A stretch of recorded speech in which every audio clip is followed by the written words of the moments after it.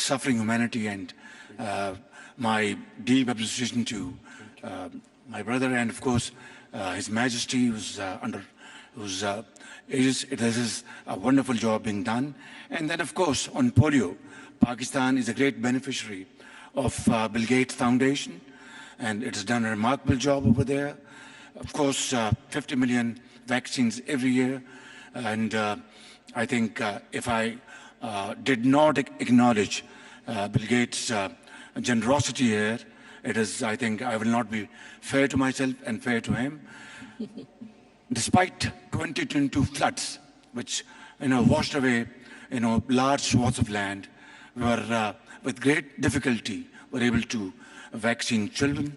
I think this cooperation goes, and I think one day soon we'll be over the hump.